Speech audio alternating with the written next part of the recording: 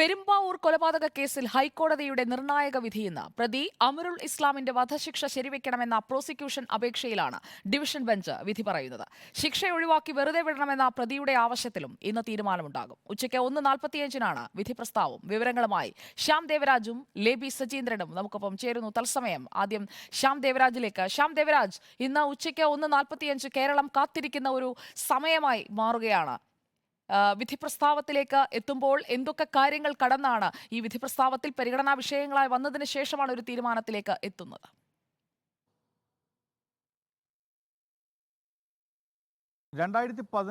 April മാസം 28-നാണ് പെരുമ്പാവൂരിലെ വീട്ടിനുള്ളിൽ നിയമവിദ്യാർത്ഥിനിയായ യുവതിയെ കൊല്ലപ്പെട്ട നിലയിൽ കണ്ടെത്തുന്നത്. ഈ കൊലപാതകത്തിന് ശേഷം ഏതാണ്ട് ഒരു മാസത്തിന് ശേഷം വലിയ രാഷ്ട്രീയ ആരോപണ പ്രത്യാരോപണങ്ങൾ ഉയർന്ന ഒരു കൊലപാതക കേസാണ്. പ്രത്യേകിച്ചും 2016 നിയമസഭാ തെരഞ്ഞെടുപ്പിന്റെ ആ കാലയളവിൽ, പ്രചരണ കാലയളവിൽ കൂടിയാണ് ആ കൊലപാതകം സംഭവിക്കുന്നത്. അതിന് തൊട്ടു പിന്നാലെ ഏതാണ്ട് ഒരു മാസത്തിന് ശേഷം ആണ് ഈ പ്രതി അമീറുൽ ഇസ്ലാമിനെ, അസം സ്വദേശി അമീറുൽ ഇസ്ലാമിനെ പോലീസ് രണ്ടാമത്തെ അന്വേഷണ സംഘം അറസ്റ്റ് ചെയ്യുന്നത്. ഈ അറസ്റ്റ് ചെയ്തതിന് ശേഷം ഏതാണ്ട് 2017 തൊട്ടടുത്ത വർഷം ഡിസംബർ ആയപ്പോഴേക്കും ആ കേസിൽ എറണാകുളം പ്രിൻസിപ്പൽ സെഷൻസ് കോടതി വിശദമായ വാദം കേൾക്കുകയും അമീറുൽ ഇസ്ലാമിനെ വധശിക്ഷയ്ക്ക് വിധിക്കുകയുമായിരുന്നു. കുറ്റക്കാരൻ എന്നാണ് എന്ന് ആദ്യം കണ്ടെത്തുന്നു, അതിനുശേഷം വധശിക്ഷയ്ക്ക് വിധിക്കുന്നു. വധശിക്ഷയ്ക്ക് വിധിക്കുമ്പോൾ അതിൽ ഏറ്റവും പ്രധാനപ്പെട്ട കാര്യം യുവതി കൊല്ലപ്പെട്ടത് ഏറ്റവും അതിക്രൂരമായ രീതിയിലാണ് എന്നായിരുന്നു ഈ വിചാരണ കോടതിയുടെ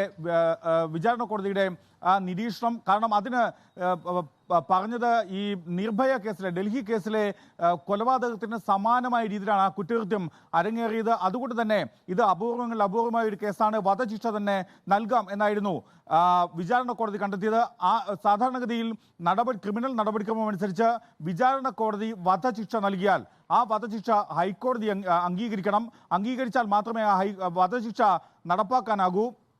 അമീറുൽ ഇസ്ലാമിന്റെ ഈ വിധിന്യായം ഉൾപ്പെടെയുള്ള ഫയലുകൾ സ്വാഭാവികമായും എറണാകുളം പ്രിൻസിപ്പൽ സെഷൻസ് കോടതിയിൽ നിന്ന് ഹൈക്കോടതിയിലേക്ക് എത്തുന്നു. അത് ഡെത്ത് സെന്റൻസ് റെഫറൻസ് എന്ന കോസ്റ്റ് ടൈറ്റിലാണ് അത് ഹൈക്കോടതി പരിഗണിക്കുന്നത്. 2018 മുതൽ അതിനൊപ്പം പ്രതി അമീറുൽ ഇസ്ലാമിനെ കുറ്റവിമുക്തനാക്കണം, വധശിക്ഷ ഒഴിവാക്കണം, കുറ്റവിമുക്തനാക്കണം എന്നാവശ്യപ്പെട്ടുള്ള പ്രതിഭാഗം അപ്പീലും ഹൈക്കോടതിയുടെ പരിഗണനയിലെത്തുന്നു. ഈ രണ്ട് കേസുകളും ഒരുമിച്ചാണ്, കാരണം ഒരേ വിഷയമാണ്, ഒരു പ്രതിയാണ്. ആ കേസ് ഒരുമിച്ചാണ് ഹൈക്കോടതി പരിഗണിക്കുന്നത്. ഏതാണ്ട് 6 വർഷത്തിലധികം സമയമെടുത്താണ് അതിനുമേൽ ഹൈക്കോടതി വിശദമായ വാദം കേട്ടത്.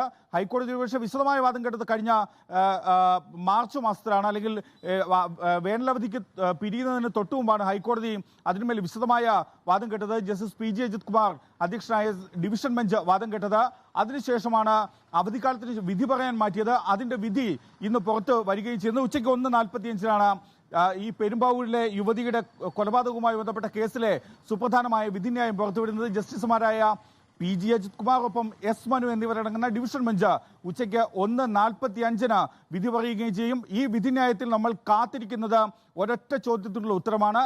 ആ ചോദ്യത്തിനുള്ള ഉത്തരം എന്ന ഈ വധശിക്ഷ കേസിലെ ഏക പ്രതി അമീറുൽ ഇസ്ലാമിന് നൽകിയ തീർച്ചയായും പ്രതി അമരുൾ ഇസ്ലാമിന്റെ വധശിക്ഷയിൽ ജസ്റ്റിസ് PG അജിത് കുമാറും ജസ്റ്റിസ് S മനുവും ഉൾപ്പെട്ട ബെഞ്ച് 1:45-ന് എന്ത് തീരുമാനമെടുക്കുമെന്നുള്ളതാണ് നമ്മൾ കാത്തിരിക്കുന്നത്. പ്രത്യേകിച്ചും കേരള രാഷ്ട്രീയത്തെയും പോലീസിനെയും പിടിച്ചുലച്ച പെരുമ്പാവൂർ വധക്കേസാണിത്. ദില്ലിയിലെ നിർഭയ കേസിനോടാണ് താരതമ്യം ചെയ്യപ്പെട്ടത്. പ്രാദേശിക കോളത്തിൽ ഒതുങ്ങി നിന്ന വാർത്ത സോഷ്യൽ മീഡിയ ഏറ്റെടുത്തതോടെയാണ് പൊതുസമൂഹത്തിന്റെ സൂക്ഷ്മമായ ശ്രദ്ധയിലേക്ക് വന്നത്. 2016 നിയമസഭാ തെരഞ്ഞെടുപ്പ് കാലത്ത് അധികാരത്തിലിരുന്ന UDF സർക്കാരിനെതിരെ രാഷ്ട്രീയ ആയുധമാക്കി LDF ഇത് മാറ്റി. പുതിയ അന്വേഷണ സംഘത്തെ കേസിലെ അന്വേഷണത്തിന് നിയോഗിച്ചതായിരുന്നു LDF സർക്കാരിന്റെ ആദ്യ തീരുമാനത്തിലൊന്ന്. ലേബി സജീന്ദ്രൻ നമുക്കൊപ്പം ചേരുന്നു തത്സമയം. ലേബി സജീന്ദ്രൻ, വലിയ കോളിളക്കമുണ്ടാക്കിയ ഒരു കേസാണ്. ആ കേസിലെ വധശിക്ഷയിലാണ് ഹൈക്കോടതിയിൽ നിന്ന് എന്ത് തീരുമാനം വരുന്നു എന്ന് നമ്മൾ കാത്തിരിക്കുന്നത്. രാഷ്ട്രീയമായും ഒരുപാട് ചോദ്യങ്ങൾ ഉയർന്ന, ഒരുപാട് ചർച്ച ചെയ്യപ്പെട്ട, ആദ്യഘട്ടത്തിൽ ഒതുങ്ങി നിന്നതിൽ നിന്ന് വളരെ വലുതായ ഒരു കേസ് തന്നെയല്ലേ ഇത് ലേബി? സുജയ, രാഷ്ട്രീയമായ ആരോപണ പ്രത്യാരോപണങ്ങൾ ഉയർന്നു എന്നതല്ല, മറിച്ച് ഒരു സർക്കാരിൻ്റെ ഭാവി നിർണയിച്ചതിൽ ഒരു ഘടകമായി വർത്തിച്ചു ഇത് എന്നുള്ള കാര്യമാണ് എടുത്തു പറയേണ്ടത്. 2016 നിയമസഭാ തിരഞ്ഞെടുപ്പിൻ്റെ പീക്ക് ടൈമിലാണ് ഈ സംഭവം ഉണ്ടാകുന്നത്. അന്ന് നിയമസഭാ തിരഞ്ഞെടുപ്പിൽ LDFന് ഭരണം ലഭിക്കാൻ ഒരുപാട് രാഷ്ട്രീയമായ കാരണങ്ങൾ ഉണ്ടായിരുന്നു, രാഷ്ട്രീയമായ കാലാവസ്ഥയുണ്ടായിരുന്നു. അതിൽ പക്ഷേ ഒരു ഘടകമായി ഇത് മാറുകയായിരുന്നു. പെരുമ്പാവൂർ മണ്ഡലം ഒഴികെയുള്ള മുഴുവൻ മണ്ഡലങ്ങളിലും ഇത് UDF സർക്കാരിനെതിരെയുള്ള ഒരു ആയുധമായി LDF ഉപയോഗിച്ചു.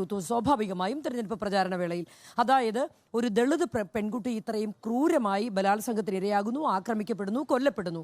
ഈ ഒരു സംഭവം സംസ്ഥാന ഇന്റലിജൻസിന്റെയും സംസ്ഥാന പോലീസിന്റെയും വീഴ്ചയായി ആരോപിക്കപ്പെടുന്നു. ഇത് വലിയ രീതിയിൽ ഇലക്ഷൻ സമയമായതുകൊണ്ട് തന്നെ ചർച്ച ചെയ്യപ്പെടുന്നു. ഇതിന്റെ ഒരു അനുരണനം തിരഞ്ഞെടുപ്പിൽ ഉണ്ടാവുകയും ചെയ്തു. എന്നാൽ എടുത്തു പറയേണ്ട കാര്യം പെരുമ്പാവൂരിൽ സംഭവിച്ചത് മറിച്ചാണ്. അതായത് ഒരു സ്റ്റേറ്റ് ാണ് MLA. അതുകൊണ്ട് തന്നെ അവിടെ രാഷ്ട്രീയം നോക്കാതെ തന്നെ ഈ ഒരു സംഭവത്തിൽ അന്നത്തെ MLA ആയിരുന്ന സാജു പോളിന് ഇത് ദോഷമായി ഭവിക്കുന്നൊരു സാഹചര്യമുണ്ടായി. അതിൽ അന്ന് ഈ പെൺകുട്ടിയുടെ അമ്മ വളരെ വികാര വിക്ഷോഭത്തോടു കൂടി അന്ന് നിങ്ങളെല്ലാവരും ചേർന്ന് എൻ്റെ മകളെ കൊലപ്പെടുത്തിയില്ലേ എന്നുള്ള രീതിയിൽ വളരെ വൈകാരികമായി സംസാരിച്ചത്.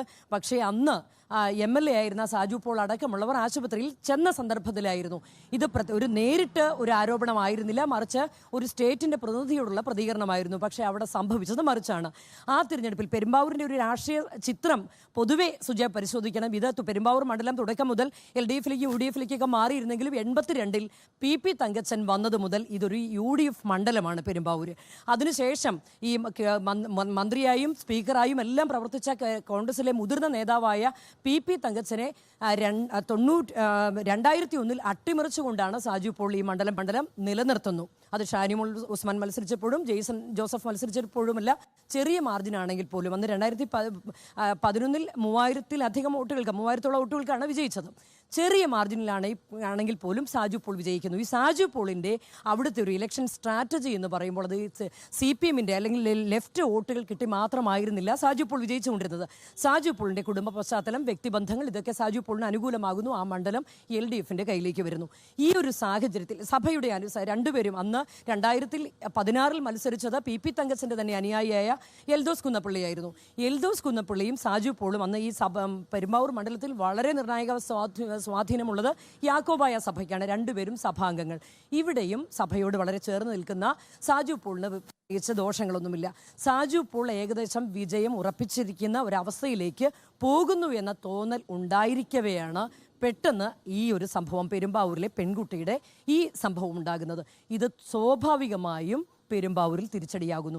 അങ്ങനെ വലിയൊരു രാഷ്ട്രീയ മാറ്റത്തിന് വഴിവെച്ച സംഭവം എന്നുകൂടി ഇതിനെ വിശേഷിപ്പിക്കാം. പെരുമ്പാവൂരിൽ ഇത് CPMന് തിരിച്ചടിയാകുകയും ബാക്കിയുള്ള മുഴുവൻ മണ്ഡലങ്ങളിലും CPMന് അനുകൂലമാവുകയും ചെയ്തു. സുജയ, ജീന്ദ്രനാണ് ഈ വിധിയുടെ അതോടൊപ്പം തന്നെ ഈ കേസിന്റെ തന്നെ ഒരു രാഷ്ട്രീയ പ്രാധാന്യം എത്രത്തോളമാണ് എന്നുള്ളത് വിശദീകരിച്ചത്. നമ്മളിനി